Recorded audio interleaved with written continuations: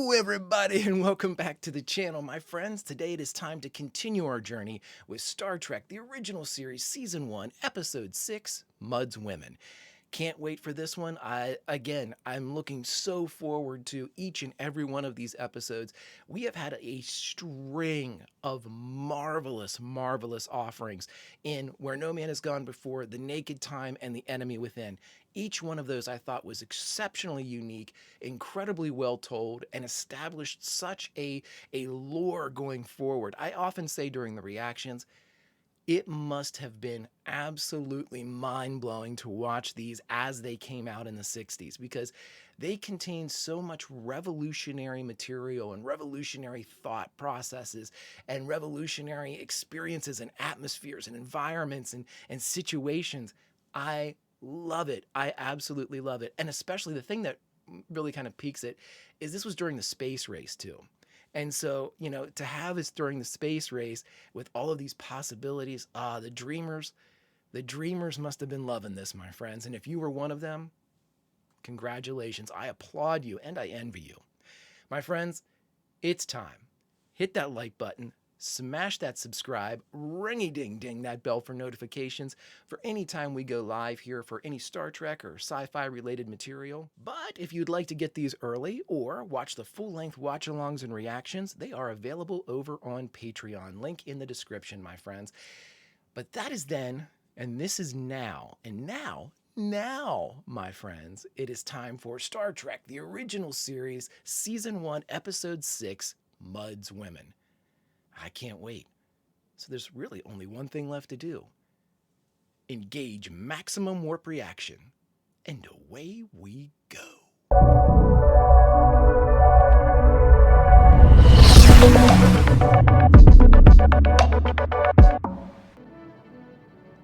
The greatest ship in the whole galaxy. USS Enterprise in pursuit of an unidentified vessel. Ooh, Center screen. in pursuit. Still trying to run away from us, sir. Don't lose him, Mr. Sulu. Sulu will not. It's our navigator of the week. He knows we're after him, all right. Stay with him, Mr. Sulu. It's fast. Communication? I've tried all frequencies, sir. He refuses to answer. Ooh, Uhura, wearing tan. And his engines are superheating. Life signs? He's had it. Unless we put our deflector screen around him. Captain, if we try, we'll overload our own engines. He's too far away. Beam him over? Stand by in the transporter room. I say. Yeah, beam him over. We're overloading, Captain. Engine temperature's climbing. Get that cold open, baby. This show. I say it all the time whenever we're in the intro so I can talk a little bit, but I'm going to tell you what. I would have been over the moon looking forward to, I think Friday nights is when it originally aired, but to be able to look forward and actually watch these suckers live, holy, or, when they were aired, unreal stuff. I mean, just, it's so exciting. The characters are so great. Also, one of the other things I wanted to add from my earlier research, this should be the last of the pre-production episodes filmed before the airing. So it was the first 6 that they chose the second pilot to be, which ended up being The Man Trap. But we should have more linear production after this. We can't protect them much longer. Transport them over. Whoa. Nothing to lock onto. Ooh, boy, they're blowing fuses left and right. It's weird not seeing. It's weird Uhura's not in red. Locked onto something, Captain. Well then, just go ahead and beam. No, it doesn't matter what it is. Just beam it over.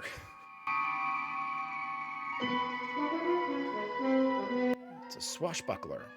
It's really a darn beautiful ship, isn't it? She is. The name, gentlemen, is Walsh. Captain Leo Walsh. How many more in your crew? Just a few more. See, the captain was the first one off. Don't let that guy get behind you. Now supplementing with battery power, sir. Scotty, All right, so the circuits are all gone and you're running on battery. Jeez, oh Pete. 3 more. What's wrong? I don't know, sir. Are those 3 lithium crystals gone? Last it'll take longer on battery. Never did trust this thing in first class. There she goes. I know McCoy doesn't like transporters. Oh, shit. Did they get him? Did you get the crew off? Not yet, sir. But we've hooked onto something. Lord almighty.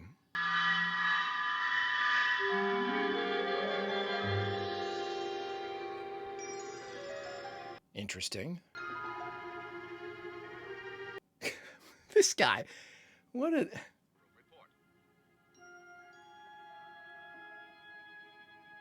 Oh, for God's sakes. This reminds me of the animated series, the Lorelei Signal, where the guys are smitten. Captain to transporter room. Are you reading me or not, Mr. Scott? Scotty. Montgomery. When did we get off? Oh.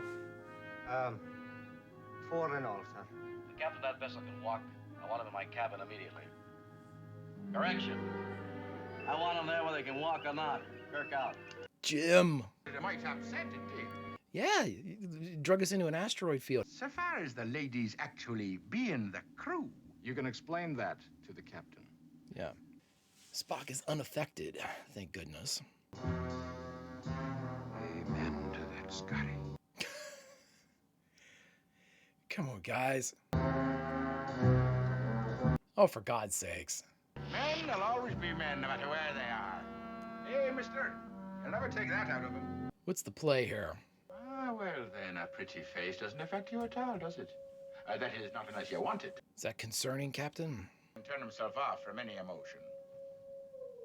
It's almost like he is telling them how they need to proceed. As for what he said, sir, he's so used to buying and selling people. I'll handle the conversation, darling. Buying and selling people. Are these like slaves? Are these women slaves? Also, I'm assuming that this is not Captain Walsh, but this guy's name's actually Mudd. Come on, Jim. We learned in the last episode, your love is the Enterprise. Is this your crew, Captain? Oh, well, no, Captain. This is me cargo. Your cargo.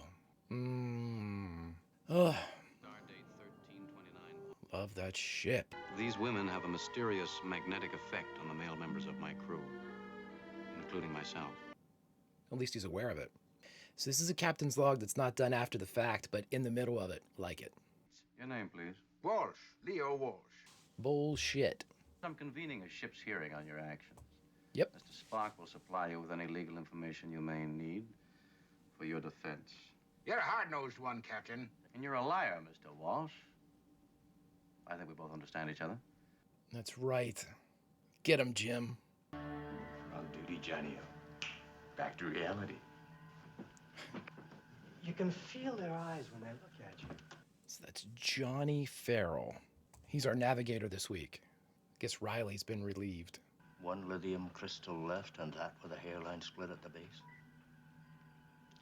Better rig a bypass circuit. Can't. We blew the whole converter assembly.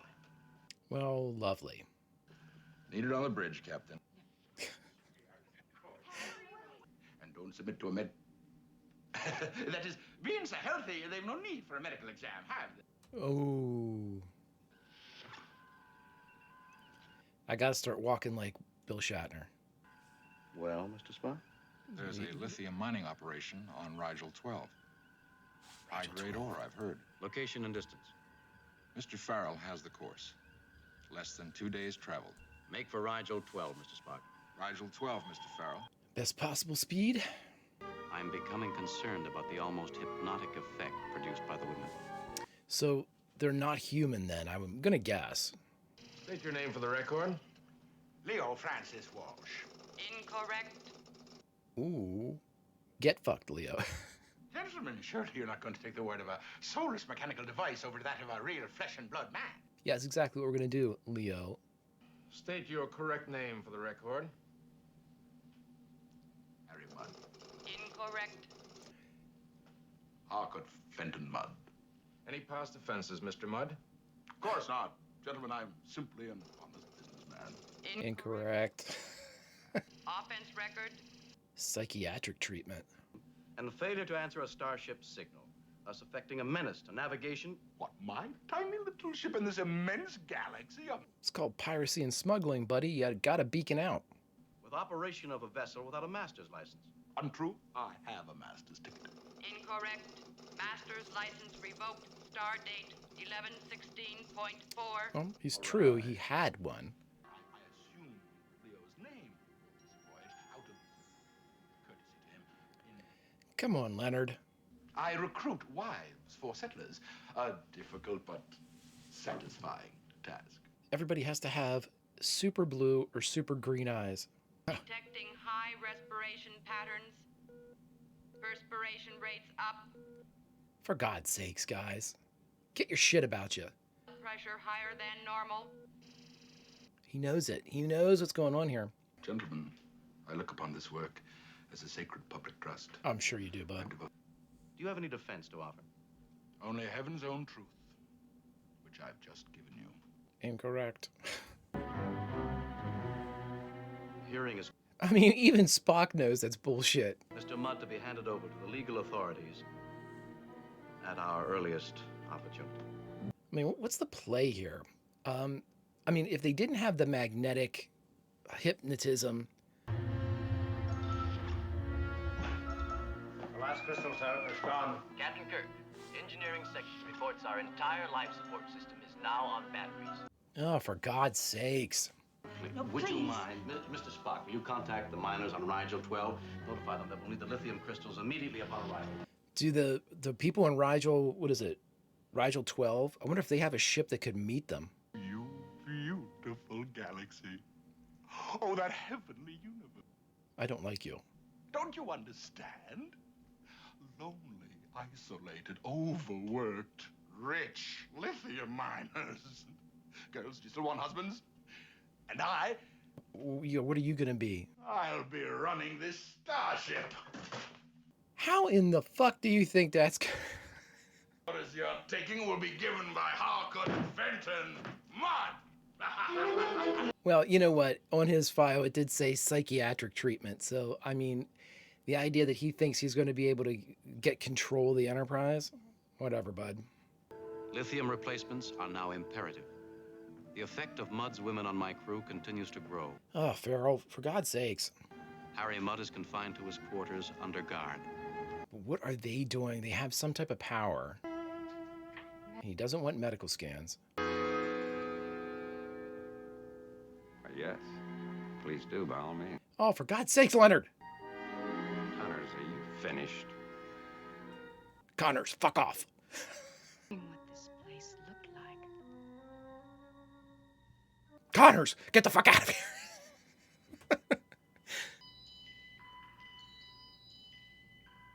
Did she do that? She did that. You're what? My medical scanner. She didn't do it intentionally. Examination, are you? Oh, no, I wouldn't trust my... Jesus, Leonard. It's not supposed to do that. Yeah, probably not. So why don't you give her a... If you can handle it, Leonard, give her a medical exam. Captain? I hope you don't mind. I do. I mean, all your men were looking at me, following me with their eyes. Come on, Jim. I can understand loneliness. Yeah.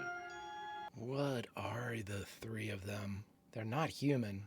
Having to be so careful with all your men looking up to you. Come on, Jim. I expect more from you. The commander has to act like a paragon of virtue. I never met a paragon. You won't in this room. We learned from The Enemy Within that Jim makes his decisions with the opposite side of the Paragon mind. I do like you. I just can't go through with it. He told her to seduce him. So either she's really good at this, or she's actually distraught. Not that this will mean anything. Three of them and three lovely ladies has Harry Mudd. Has Harry Mudd. And there's a guard outside your door, Harry. Why is Harry not affected by them? I don't like you. Nice. Good, so it's not an act. Oh, Harry. Oh, I don't feel very good. What are you doing to them, ma'am? The time. Must be near the time. Pre-orbital course locked in, sir. It's the last time I'm giving an order twice, gentlemen. Yeah, get your heads out of your asses. They're not even on the bridge. Just hang us in there long enough to get 6 crystals, Scotty. That's all we need. I'll get you there. All right, well, I trust you, Scotty. Is it that we're tired and they're beautiful? No, it's more than that. Everyone's affected except for Spock. Are they actually more lovely than any other women you've known? Or is it that they just act beautiful? Yeah. Come on, Leonard. I mean, are they alien illusions? That sort of thing? That sort of thing. An alien smart enough to pull this would be smart enough to keep my medical scanner from going bleep. I don't follow you. I don't either. Well, thanks. Oh, that looks like a lovely planet. We can sustain this orbit for 3 days, 7 hours. More than enough time. I was going to say, that should have plenty of time, then. It's a Pierce. Are they diseased or getting old? Kirk, find out the ship's captains are already married, girl, to their vessels. We learned that in the last episode. How quick does it work? So the pills make them beautiful. Maybe that augments like pheromones or something. It's not age related then. Go on, Eve. Take it. I like Eve. Can anyone take them? Can a guy take them? They do work exceptionally fast. Look at that. Destroying them was a shame. Not at all, Mr. Spock. The choice was burning this lithium crystal or the destruction of another man's ship. Well, in retrospect. Mining Chief Childress and Mr. Gossett. Good, show them in. Childress. Gossett. Where's Benton? You want lithium crystals, and we've got them. Fine, I'm authorized to pay an equitable price. We're not sure they're for sale, Captain. Excuse me? We might prefer a swap. A what now? Mudd's women. If we like them, we'd like to have a look at them first, of course. Right. Try them out, Captain. Oh, and Harry Mudd. Either way, I've agreed to have him released. Excuse me? I mean, who are you? Is there anything else? Yeah, right. I mean, you're on my ship, dude. You've got no choice, Kirk. Explain why. No deal. Yeah, get fucked. How's that sound? You played your hand too hard. And you must be Herm Gossett. Yes, I reckon I am. Well, he reckons he is. You will deal. Sooner or later, you'll have to. Okay, as we're in commercial break real quick. Okay, so they rely on Starfleet to provide them with all of these things to run their little claim here. They're casting demands. Mudd, Kirk, and Spock. Okay. Spock's hair blew back. I didn't realize it was him. I very much detest Harry Mudd. Is that like a universal feeling? I hope so. Was that supposed to be cold or just like a sandstorm? I'm guessing sandstorm. Yeah.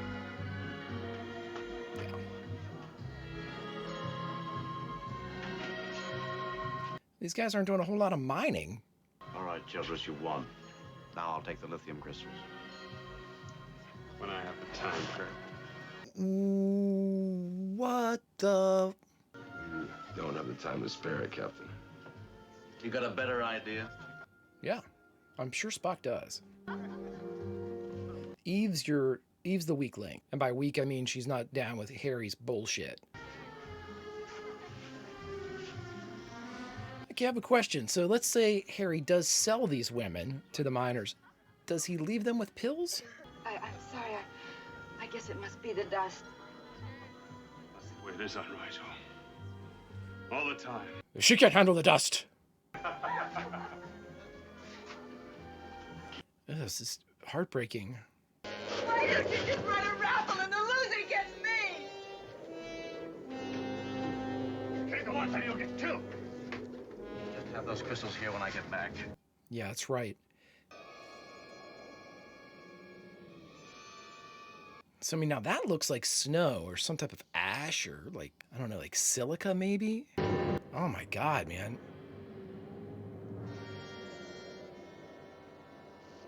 I feel so bad for her. I mean, is she like actively trying to like end her life? I mean, it certainly seems that way.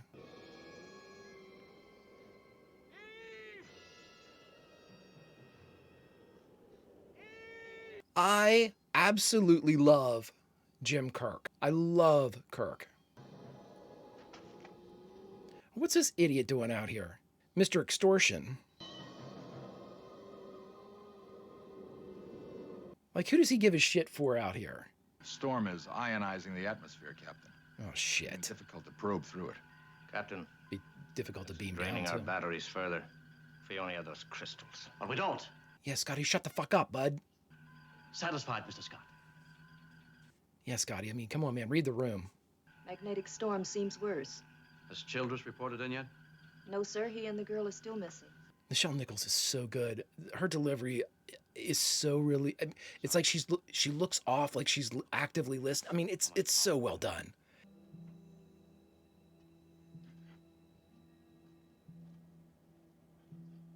Come on, have an ounce of humanity, dude.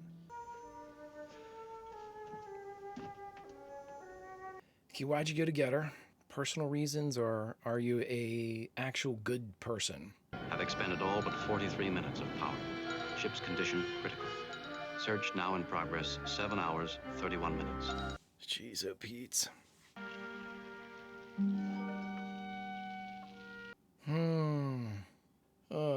Come on, Childress. And I do my own cooking. Obviously not, dude. That stove gets hot, and it makes your food warm. I guess I'm supposed to sit, taste it, roll my eyes. Ooh, female cooking again. Or eat it, not be a huge prick, and whether it's good or not, tell her you're thankful. I've tasted better. Oh. Well, why don't you hang your pan out in the wind and let the sand blast it clean? Or hadn't you thought about that? No, I'm an idiot.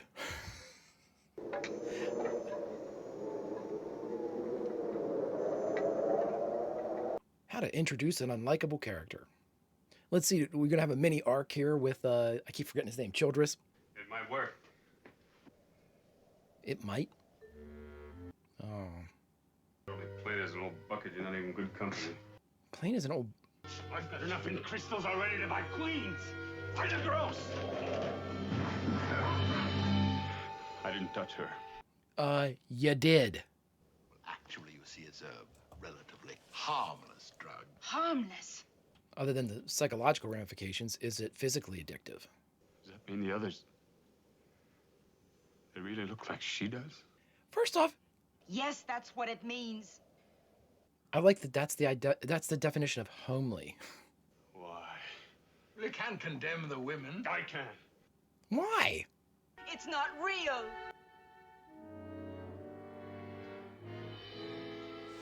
So the attraction is simply physical, though? There's no chemical? Is this the kind of wife you want, then? Not someone to help you.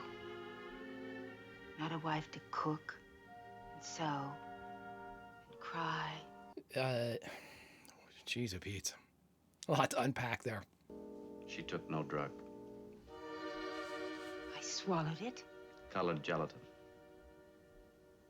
Yes, they took away my drug and substituted that. But that can't be. There's only one kind of woman. Or man, for that matter.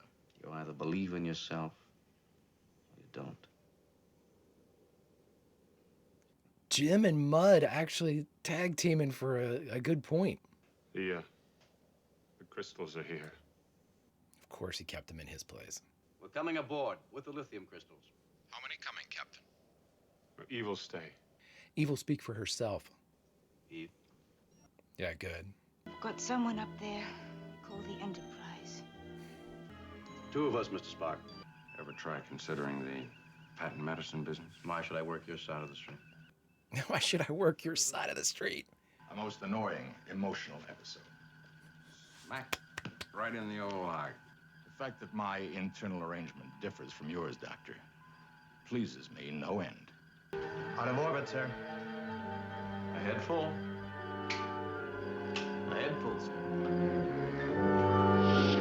All right, fantastic. All right, my friends, we just got done watching Star Trek, the original series, Season 1, Episode 6, Mudd's Women. And now there really isn't anything left to do but to talk about it. All right, my friends, we just got done watching Star Trek, the original series, Season 1, Episode 6, Mudd's Women. Okay, what did I like about this one? I actually was engaged with most of this. Do I think it was as good as the past three? No. But do I think it was an awful episode? No, I don't. I actually really enjoyed some of the things that were going on. They do a really good job with the B plot in these early episodes to add the tension that I don't think that the A plot carries.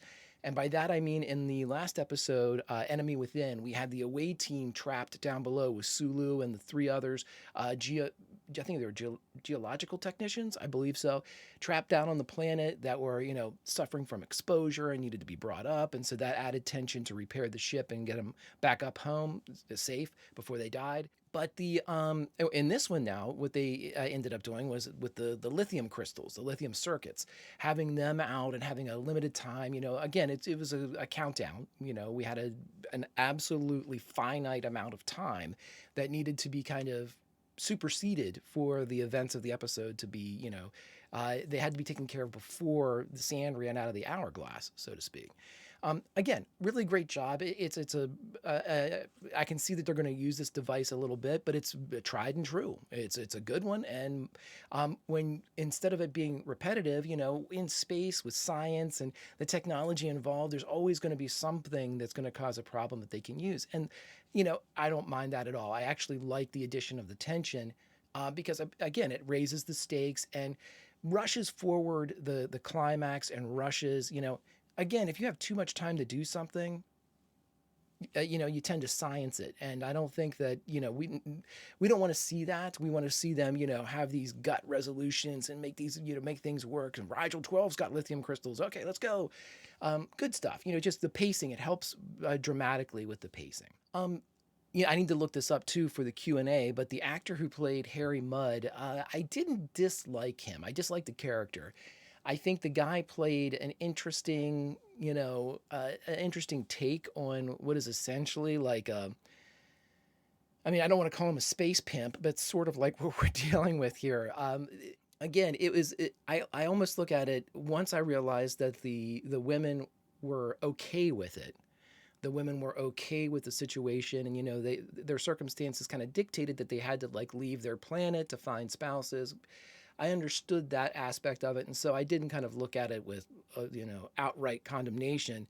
It kind of reminded me of like Seven Brides for Seven Brothers, that type of thing, but who knows?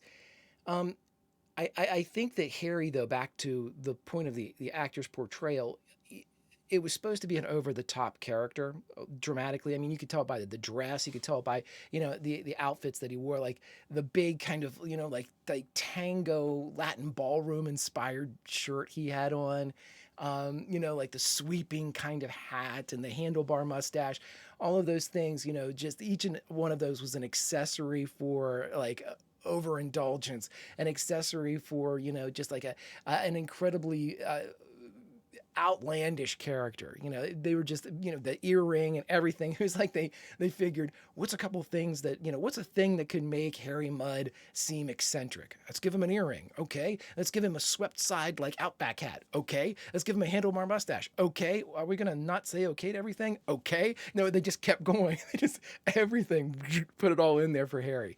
And that's fine. So with that kind of wearing your definition as your outfit, having this uniform kind of say, hey, I'm going to be outlandish, then having him actually be outlandish wasn't that bad. I think that he did a good job of portraying someone that you weren't sure how to treat. Is he hiding something very kind of nefarious? Is he hiding something that makes him villainous, even beyond kind of like the Captain Jack Sparrow, smuggler, Han Solo, type of character that was the best case scenario. Captain Jack and like Han Solo, the best case scenario for like a smuggler with a heart of gold type of trope. But with Harry, you're not sure where he falls in that spectrum. Is he a bad guy that is acting kind of fun? Is he just an off person as far as, is this his general attitude? It doesn't seem like it would serve him well in space, having to deal with people and kind of being this kind of out there and outlandish. Who knows? I think the most telling thing about Harry was whenever they saw his file and it said that, one of his sentencing was psychiatric treatment.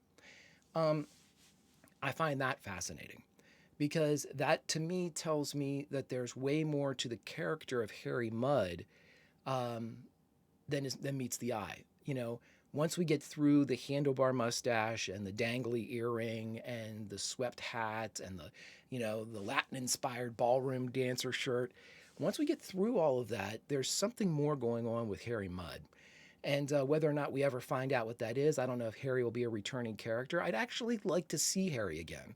I'm not sure, like another episode where he's the kind of the focal point or the problem of the week, but I would definitely like to see like how he ends up. And by that I mean Harry's the type of person that if you follow any other type of this type of character and place him in any other narratives that you might see, Harry's the type of character that either and the percentages here are very weak for the first offering and much stronger in the second offering.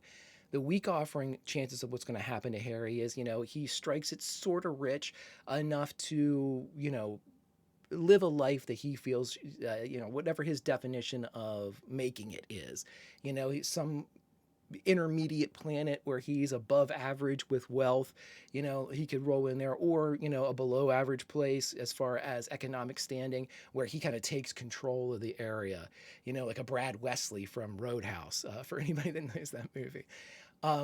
But the other more, probably I'd say the way more accurate and more probable ending for Harry Mudd is he gets into a situation he can't get out of. He doesn't, that situation with Kirk could have gone really, really bad for Harry. But he was able to kind of work himself out of it. The bullshit artists can only paint for as long as they have a brush. And so when somebody comes in and doesn't want to hear a word that's coming out of Harry's mouth, or they just like kneecap him or something, like he runs afoul of some, I'm trying to think of in this time period who would be like the worst people to run afoul of, like the Orions, I guess. Sorry, Tendi. Like the Orions of this time, as far as, their history with like slave trade and things like that. It seems like they would kind of almost cross into the same realm as what Harry's doing. Again, I'm out in the weeds in this, but the bottom line is I would like to see Harry again just to see if, see how his story either ended up or how his ongoing story is progressing, And I really ended up liking the kind of dynamic that he and Kirk had at the end. It was, Kirk is a really, I've said it during the episode, I love Kirk. I love the way he leads. I love the way that he gets a little too aggressive sometimes, but the enemy within kind of allowed me to look beyond that a little bit. Like he'll snap at people every once in a while. And I think that in and of itself, that kind of, not necessarily snap, he does snap, but he gets just kind of like, this is what I want done, do it now. And that's what a captain should be. But, normally he's very jovial, or at least, outgoing. Kirk is who he is. And I appreciate that so much about him. But, I just love the character. And in this instance, I really love the dynamic between the two. And I think that's why I think it's for Kirk's benefit that I'd like to see what happens to Harry. Who knows? The rest of the characters are strong as always. Leonard Nimoy does a great job with Spock. I'm so appreciating his performance way, way more than I thought I would. I thought I knew Spock, and boy, oh boy, I couldn't have been, I was incredibly misinformed. My personal misinformation as what I thought Spock was. Based off of kind of reverse engineering the character from the original series. I really love this Spock. I can see why audiences and historical audiences of the past 50 years have watched this show and been like, Spock, absolutely my favorite. He is amazing. Jim's my favorite. I love Kirk. I love him, but Spock is, right up there. Absolutely love his character. I think, again, the person that I'm a little surprised that I don't like as much as I thought I would, because I love this character in the movies, is Leonard McCoy. Leonard Bones is absolutely, he does a really great job, at times, but then he'll say shit that just absolutely blows my mind. Like his constant antagonistic approach to Spock borders on the nonsensical, like why he's so furious with Spock. I don't get it. Just because Spock can't show emotion doesn't mean it's almost, I don't understand the basis for McCoy's like loathing. Like he just can't keep his mouth shut when it comes to Spock. He has got to say shit. He has got to try to drop something. And I love when Spock sends back a zinger, Doctor, if you're telling me that my organ arrangement is different than yours, that pleases me to no end.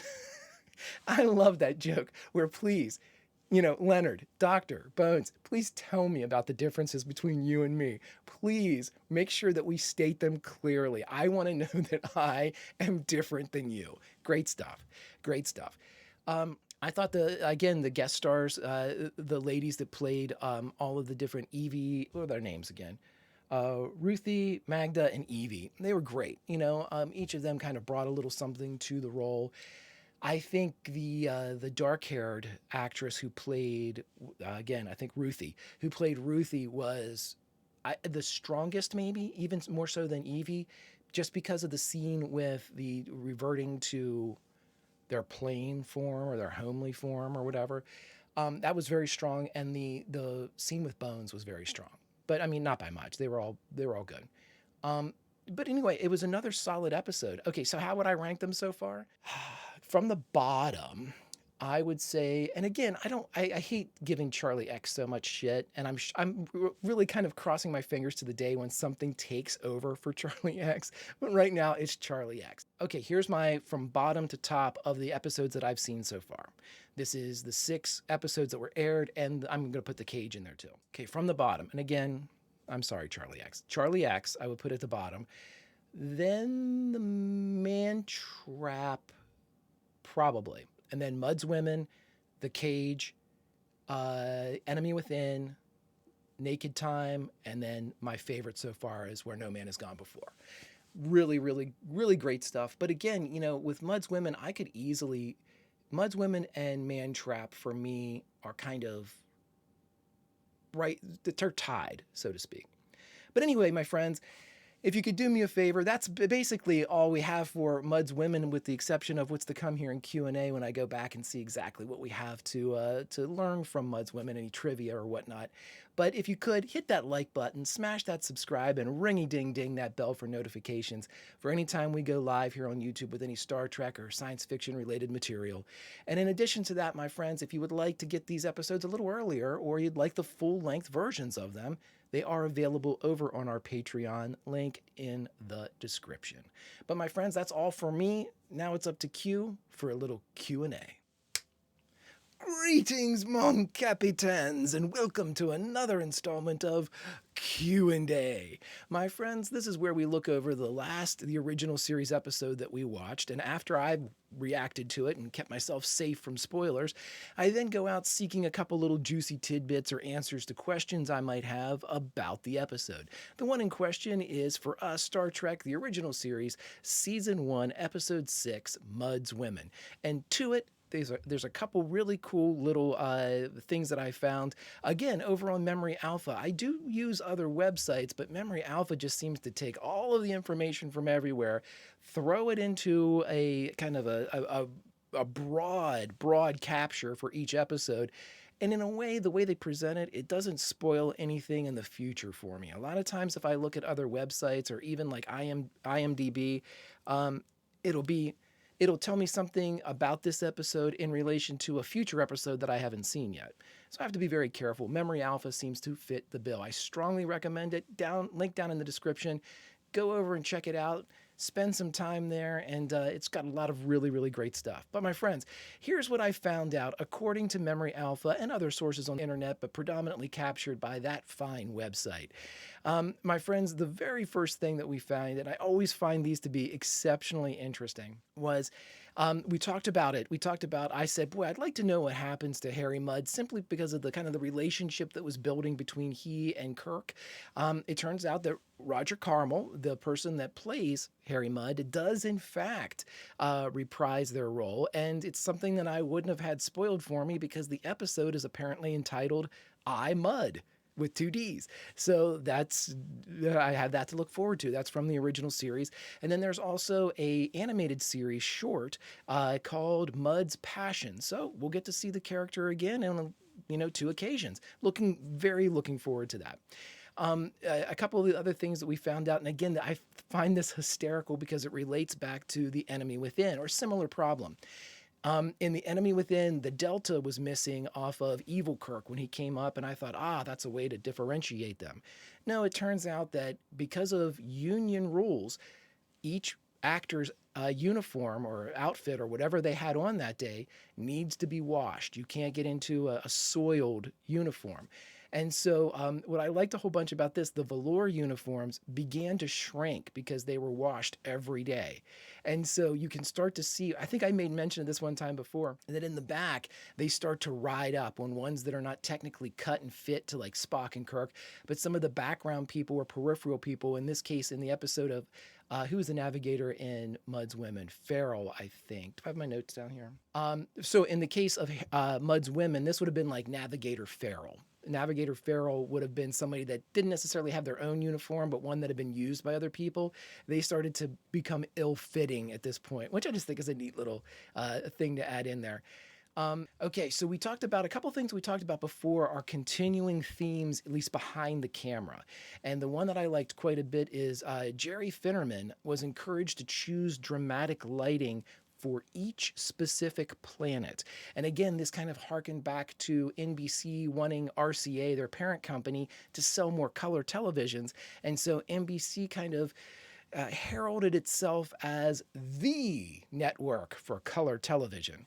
And so they wanted color, and they wanted to be able to differentiate the planets too. So Finnerman was told, hey, go with wild colors, go with the magentas and the pinks, go with, anything that could say, oh, this is something I haven't seen before. And so they started using these dramatic color kind of to illuminate the sky, to temper the gels through each of the lenses, to kind of give each particular planet an atmosphere, not necessarily like a sky color, but an atmosphere in and of itself. And so each of the lights were gelled over at that time.